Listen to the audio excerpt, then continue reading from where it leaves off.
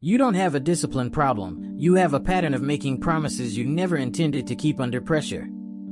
You tell yourself you'll wake up early tomorrow. You set the alarm with certainty. In that moment, it feels real, clear, decided. Morning comes, and the decision changes. Not because you forgot, but because the version of you who made the promise is not the one who has to execute it. So you negotiate. Just 5 more minutes. You'll start later. You'll adjust the plan. And by the time the day fully begins, the promise is already broken, but quietly enough that you don't confront it. You don't call it failure. You call it a small adjustment. But this doesn't happen once. It repeats across your day.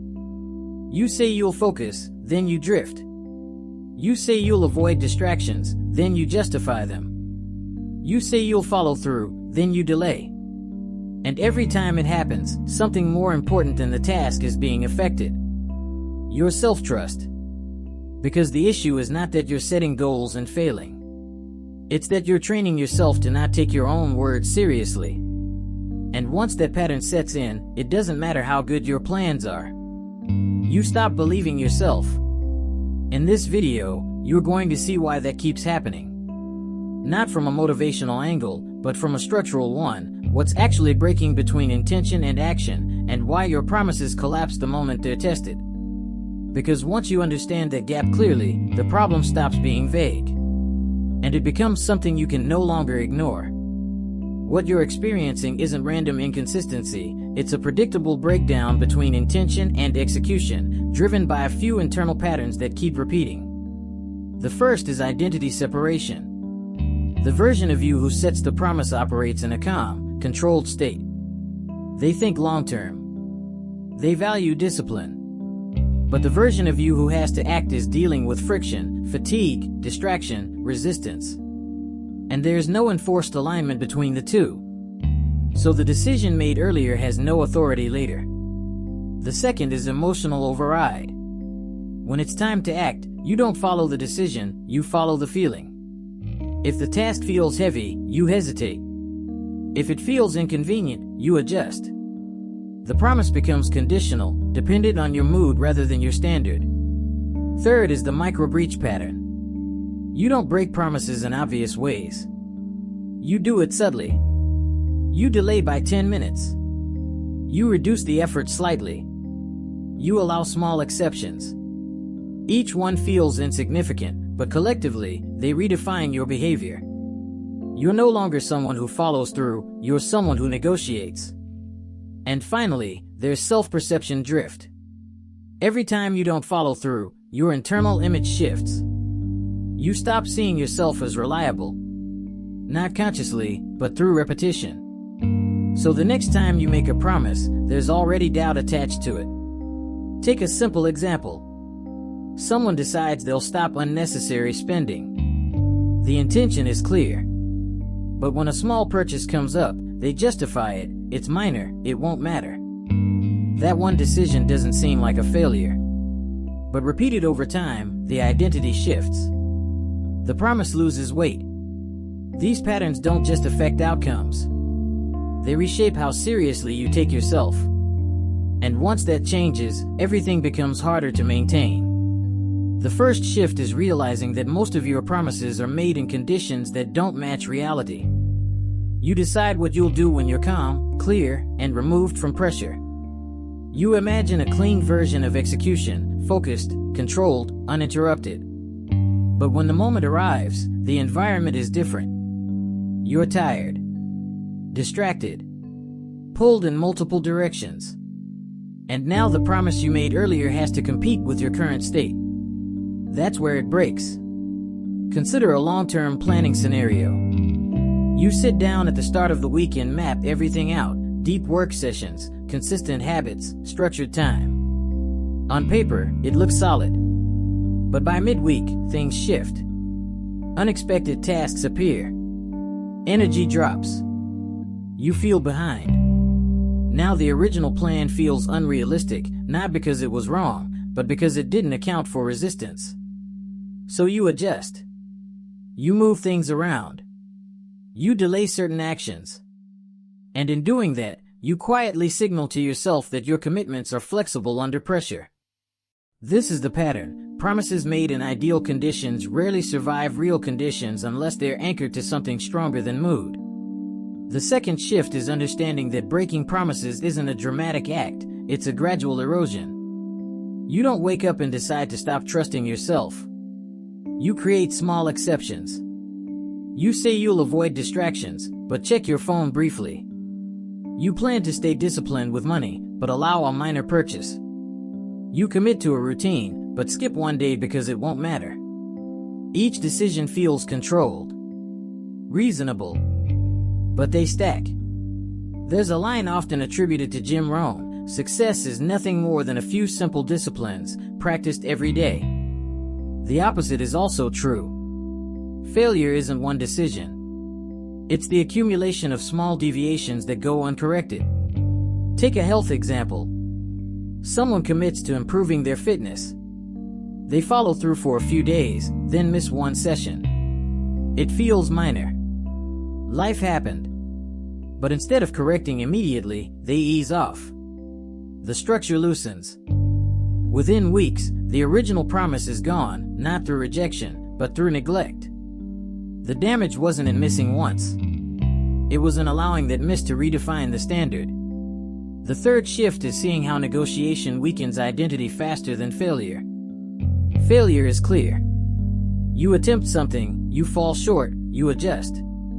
There's a direct relationship between action and outcome. But negotiation distorts that relationship. You don't fully follow through, but you don't fully stop either.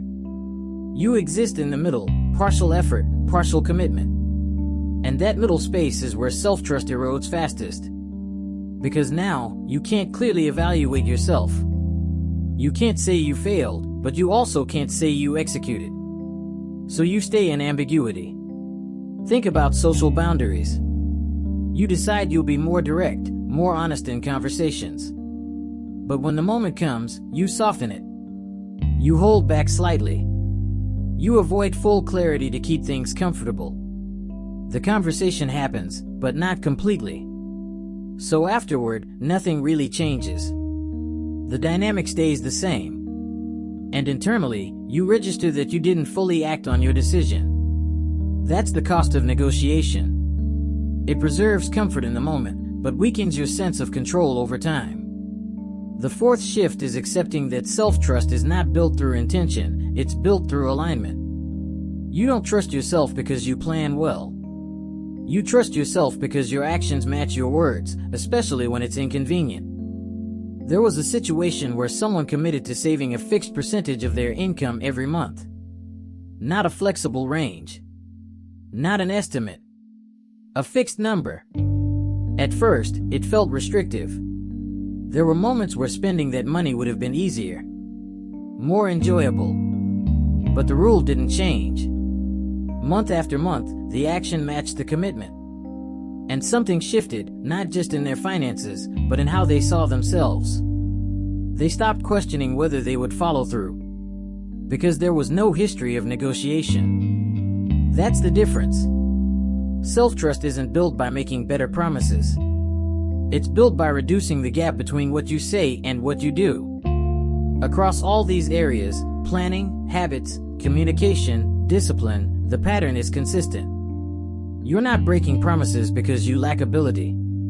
You're breaking them because you've allowed conditions, feelings, and small exceptions to outrank your own decisions. And once that hierarchy is in place, every new promise starts weaker than the last. The shift is not to become more motivated. It's to remove the space where negotiation happens. Because the moment your actions stop depending on how you feel, your promises stop collapsing under pressure. At this point, the problem should look different. It's not that you lack discipline. It's that your word carries no enforced weight in your own system. You've been treating promises like preferences, something to follow when convenient and adjust when uncomfortable. And over time, that turns every commitment into a suggestion rather than a standard. Discipline, in its real form, doesn't operate like that. It doesn't ask how you feel. It doesn't check conditions. It doesn't adapt itself to your mood. It holds its shape, and you either align with it or you don't. That's where identity is built. Not in big decisions, but in the small, repeated moments where your actions either match your words or quietly contradict them. And this is where compounding becomes unavoidable. Every time you follow through, especially when it's inconvenient, you reinforce a version of yourself that is internally consistent. You reduce hesitation. You remove doubt. You make the next decision cleaner. Not easier, but clearer. On the other side, every time you allow a small exception, you introduce flexibility into your standard. And that flexibility spreads. It lowers the threshold for the next exception. It makes hesitation more acceptable. So over time, the gap between intention and action widens, not because you're trying less, but because your system allows it. This is why self-respect is directly tied to follow-through. Not as a concept, but as a pattern. When you consistently do what you said you would do, you don't need to convince yourself of anything. There's no internal argument. There's no doubt about your reliability. But when your actions keep diverging from your words, that doubt becomes constant. Quiet, but persistent.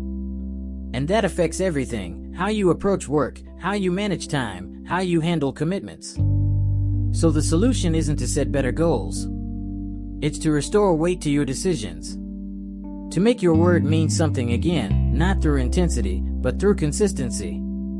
Because once your actions align with your words, repeatedly, you don't just get better results. You become someone who can rely on themselves. You already know what you said you would do.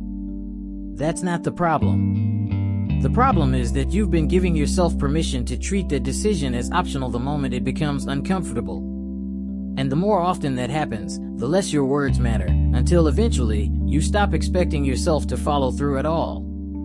Not consciously, but through repetition. So this doesn't require a new plan.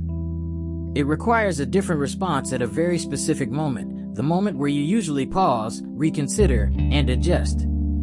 That's where the pattern lives. And that's where it has to end. Not with intensity. Not with motivation.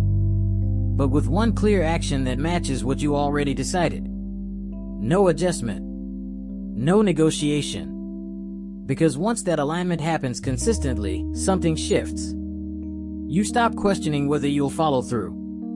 You stop relying on how you feel. And the promises you make stop sounding like intentions and start functioning like decisions.